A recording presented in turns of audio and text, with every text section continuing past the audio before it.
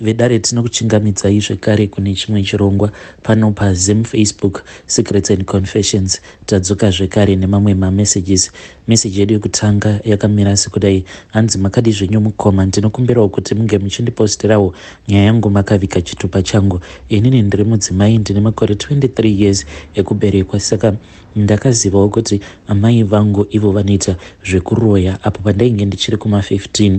Panguva yacho iyoyo ndaiwanzo kuti kana ndikapepuka ndaibva ndazoona kuti kumberi kwangu kunenge kuine murume anenge akashama, uyo anenge akamira, zvekuti ndaiti ndikapepuka kudai chinhu chandaitanga kuona yainge iri sikarudzi yake murume iyeye. Saka ndakabva ndazotanga manje kuenda kumasowe in secret, because isusu takakurirawo mupendecostal. Amai vainge vasingatombodi uye nanhasi uno havatombodi kana kunzwa chinonzi masowe. Saka pandakaona kuti ndohope dzandainge ndongoramba ndichingorota, ndakabva ndazotaura neimwe friend yangu ndikabva ndamuudza hope dzandainge ndichirota.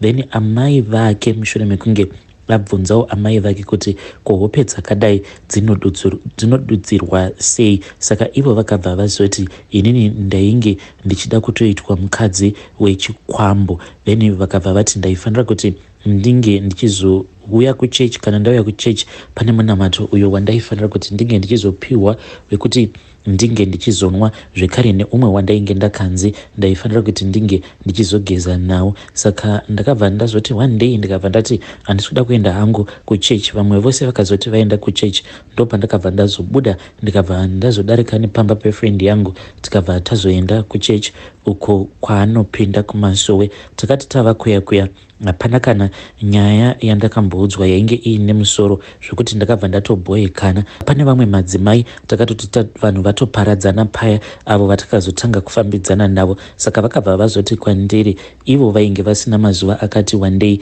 vari muHarare, vaifanira kuti vange vachizogara kumusha nekuti muHarare vainge vakauya kuzoona sisi vavo. Vakabva vandipa madirections vakati ndikuda kuti unge uchizokasika kuuya kumba kwasisi vangu nekuti ndine nhaurwa vakabva vati ndikuda kuti unge uchizokasika kuuya kumba kwasisi vangu nekuti ndine nyaya newe mwanasikana. Saka kuya manje ndakazoenda ndiri ndoga. Pandakaenda kuya madzimai vaya vakabva vazotanga kundivakira minamato. Then mukuzondivakira minamato pakabva pazongosimuka chamupupuri. Vakabva vatanga kuseka, ndikabva ndavabvunza kuti ko vainge vachisekei. Vakabva vati vainge vaona kuti mukati mechamupupuri mainge muina amai vangu vainge vachida kudzivisa madzimai ivavo. Saka madzimai vaya vakabva vati kana ndakazvitarisa amai vako vanotorakidza kutoti ivo vatori queen, vatori nechimwe chinzvimbo munyika yavo yevaroi. Saka madzimai vaya vakabva vati handidi hangu kuzoita zvinhu zvekuti mangwana zvinokwanisa kuzondidyira vana, because ivo vakati mushure mekunge vaona amai vangu vari pakati pechamupupuri, hanzi vakabva vazongaita kavision, so like a flash of what was going to happen in the future. Madzimai vaya vakatoona hanzi ndakaona ndigere pasi uye ndainge ndakabata mwana wangu mumaoko. Ndakabata mwana wangu mumaoko kudaro ndikabva ndaona kutoti mwana wangu ainge atoshayika. Saka vakabva vati vainge vasingakwanisi kundipa munamato uya wekuti ndinge ndichizodzivisa amai vangu pane izvo zvavanenge vachida kuzoita pamutumbi wangu. So mukoma ndakabva ndangovakombera ndikabva ndati ndinokumbirawo kuti mungondipawo chero munamato. Vakabva vati ivo vainge vachida kungondipa munamato wekuti amai vangu vanobva vazouya kwandiri vachindiudza everything about her life, her secret life. Ndakabva ndazopiwa nhombo yandakanzi ndaifanira kuti ndinge ndichizoisa pasi perurimi rwangu. Ndikabva ndanzi uye mukufamba kwangu handaitendedzwa kuti ndinge ndichizotaura nemunhu kuzonosvika ndichizosvika kumba. Ndakasvika pamba ndakabva ndaona kuti amai vainge vasipo. Ndini uyo ndikabva ndamhanya ndakananga kuspare kwangu, because ndainge ndisingadi kutaudzwa kana nemunhu. Ndokubva ndazvikira mukoma amai ndakangoti ndavanzwa vachipinda mumba, ndopandakabva ndabuda ndikabva ndafamba ndikabva ndaenda kukitchen kwavainge vari. Pandakati maswera sei mama, vakabva varohwa nerimwe zishoko zvekuti vakacheuka zviya zvekuti ndakavhunduka. sezvo vainge vakabata banga but vainge vatotora mavheji vachida kutanga kuchekerera mavheji. Amai vakangonditarisa vakabva vaseka zvavo ndokubva vaenderera mberi vachingocheka. Inini ndakabva ndazodzokera hangu kuspare kwangu ndatova very confused. Saka pasina kana 10 minutes amai ndo pandakabva ndazovaona vachipinda muspare mangu vakabva vauya vakabva vagara pasi vakabva vati vainge vaine nyaya iyo yavainge vachida kuti tinge tichizotaura nezvayo. Amai vakazoti usiku hwacho vainge vachazouya vachizondiudza everything. Saka usiku after everyone arara amai vakabva vazouya ndokubva tagara pasi tikabva tatanga kuita nyaya. Amai vakabva vangoseka zvekare vakabva vati ini ndainge ndisingade kuita muroyi, ini ndaisatomboda zvachose kuita muroyi, asi gogo vako ndo vainge vari muroyi. Then amai vakabva vazondiudza kuti vainge vakajoinisiwa sei into this witchcraft world uye ivo mukuroya kwavo vanombozvifambisa sei. Saka ndakabva ndavabvunza amai ndikabva ndati saka neni zvinoreva kuti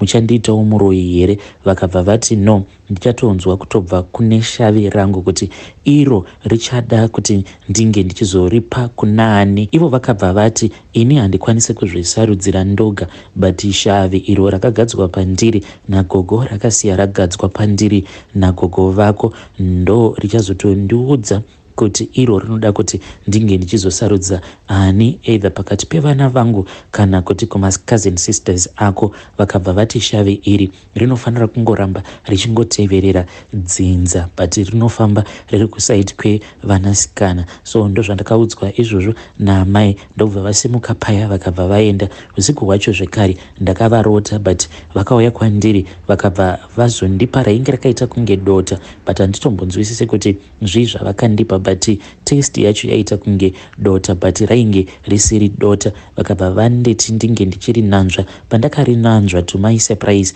rainge richitapira zvisingaite. Unoona sezvinoita glucose iya yataipiwa kumasports tichiri kuchikoro, ndo matapiriro acho ainge achiita iroro dota racho ravakandipa. Mukoma vakabva vanditi kubva zuva iroro ndaifanira kuti ndinge ndichizovashandira uye kana usiku hwasvika ivo amai vangu vanenge vasisiri amai vangu but inini ndinenge ndatova nhapwa yavo uye handikwanise kuramba zvose zvavanenge vataura, zvose zvavanenge vandiudza kuti ndo zvavanoda kuti ndinge ndichiita. Ndinofanira kungoti hongu. So mukomana shavi iri rigere pamutumbi waamai vangu, iro shavi racho nderechirume. Ndokusaka ndaipota ndichirota murume uya anenge achiuya kwandiri akashama achindiratidza sikarudzi yake inhau yekuti murume uyu ainge achida kuti inini ndinge ndichizova mukadzi wake. Saka ndakabva ndazogamuchira but ndakabva ndazotaura naamai vakati ivo vainge vachazokumbira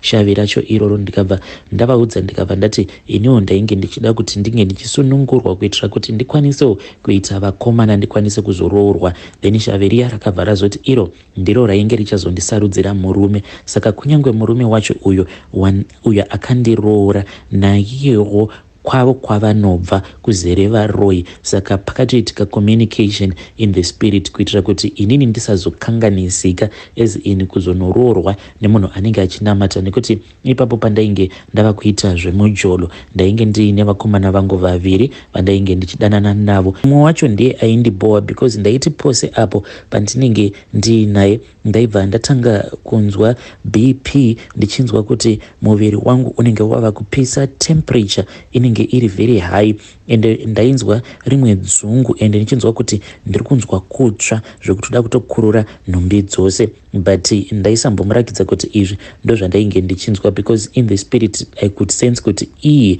ainge aine simba iro rainge riri maari rainge richikonzeresa kuti inini ndinge ndichiita BP pose pandinenge ndiinaye. Vandazoudzwa namai kuti the reason ndakabva ndazoudzwa naamai kuti chikonzero as to why ndainge ndichinzwa BP zvekare nekutsva munyama dzangu pose pandinenge ndiinaye mukomana iyeye inhau yekuti aingogara aine bhaibheri rake whether mumotikari kana kuti pai aingogara ainaro.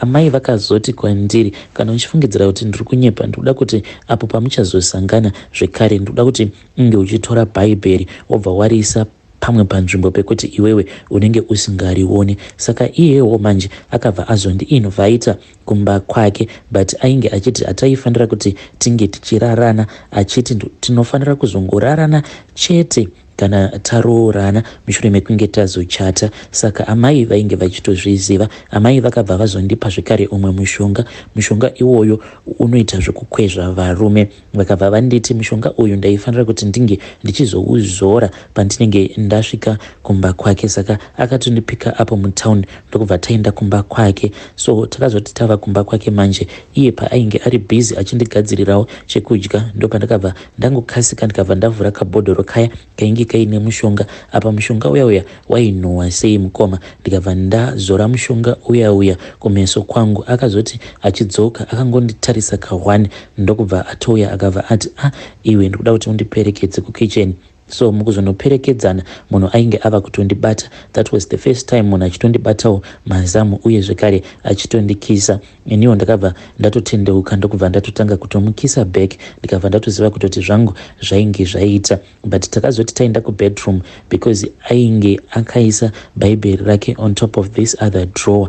Mukoma akati andiradzika pamubhedha. Ndakaritarisa bhaibheri riya ndakabva ndatanga kunzwa muviri wangu uchipisa zvekare. Ndo pandakabva ndaita kumuka ndikabva ndati ndikuda kuti unge uchiuya kuzogara paeji yebed. Ndokubva ndamugadzika paya ndokubva ndamuradzika. Ndikabva ndatanga kuyamwa sikarudzi yake ndakaita zvekumuradzika. Sezvo ainge achienjoya ndakabva ndazotora bhaibheri riya ndakangoita sekunge ndainge ndaridonhedza. Ndokubva ndatanga kurishifta zvishoma nezvishoma kuzonosvika richinoenda pasi pechidrowa. Mukoma ndakangoti kikira pasi pechidrowa paya ndakabva ndatanga kunzwa mafeelings angu achidzoka zvekare because at that time ndainge ndava kutobvunda nekuda kwehigh blood pressure. Then ndokutozorara kwandakazoita naye mukomana iyeye. Then ndopakabva pazonzi ndaifanira kuti ndinge ndichitsvakirwa mukomana uyo ainge achazova murume wangu. Saka avo vaviri ndakabva ndazongovaramba even though vakamboita nguva vachingonditeverera, but pavakazozviziva kuti ndainge ndava nepamuviri ndopavakabva vazosiyana neni. So mukomanashi uyu murume wangu uyu ndakatoita wekutosarudzirwa naamai vangu nevamwe vavo. Kunyange murume wangu haana kana chaanomboziva because kunyange pandakamutizira pandakasvika pamba pavo amwene vangu vakatondigamuchira nemufaro. Usiku hwacho nyoka nemazizi zvakatorara zvichitopembera nekutofara because ndo zvavanoshandisa izvozvo. Vakabva vazondipa mushonga uyo wavakanditi ndiwo wandaifanira kuti ndinge ndichizomushandisira. Saka mushonga iwoyo unoita kuti asaroteswa zvekare mukufamba umu. Unoita kuti asazoona vamwe vanhukadzi, anongona vamwe vanhukadzi vakashata. Ini chete ndini ndoga waanoona sekunge ndakanaka pavakadzi vose vari pano pasi pezuva. Ndo mishonga yacho yandakapiwa naamai vake. Saka kakushandiswa kacho kandinoitwa naamai vangu mukoma ndisingade kuramba ndongorebesa nyaya yangu because nyaya yacho yakarebesa. Kunoko kuSouth Africa pandakasvika kuno ndo pandakabva ndazotanga kuwirirana neumwe mukadzi. Saka mukadzi uyu one day akabva azondiudza kuti iye ainge aine hanzvadzi yake uyo ainge aadmitiwa kuchipatara. Saka musi wacho iwoyo takatoenda tose. Pandakanopinda muward umu maainge ari ndega ndakabva ndatonzwa sense yekutoti umu mainge muchitotenderera mweya werufu, but chiga cherufu chainge chisina kutarisana naye. But usiku hwacho ndakabva ndazorota amai vangu vachiti ivo vainge vadanwa nehwema hwerufu. Vakabva vati pane munhu wawasangana naye ari kurakidza kuti iye paari haana chiga cherufu, but ndinokwanisa kushandisa mweya werufu uyo urimo muward umo maari kuti iye ange achizofa. Ndakambozama kuti ndinge ndichitaurirana navo amai, but ivo amai kana shavi ravo rakavabata vanenge vasitombori amai vangu zvachose. Saka shavi riya rakabva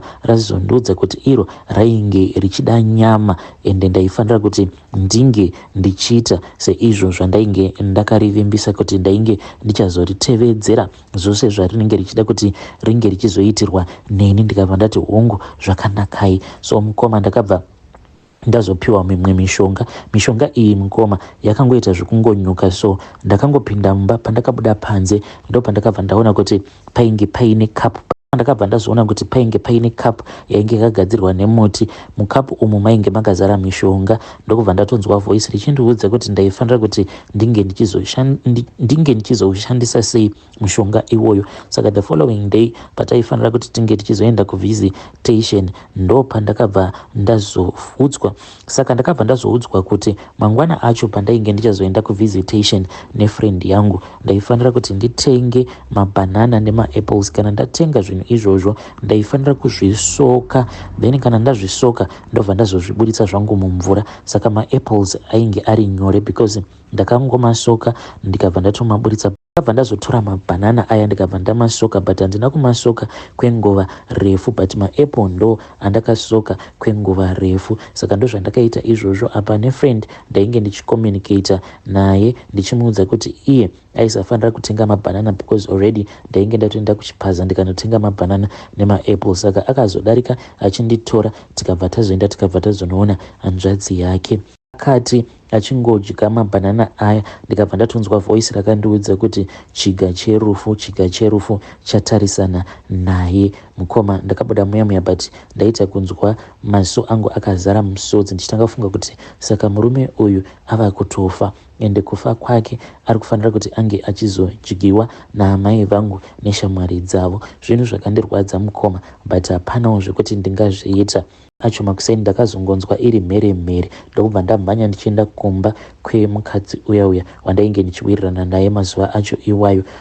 Ndopaakabva azondiudza kuti iye ainge audzwa kuti hanzvadzi yake yainge yatofa kuchipatara. So mukoma ndakazongonyepedzerawo kuchema, but at that time kuchema kwandainge ndichiita ndainge ndichichemedzwa nekuziva kuti murume uyu ainge asina mhosva wandainge ndisingatombozivi.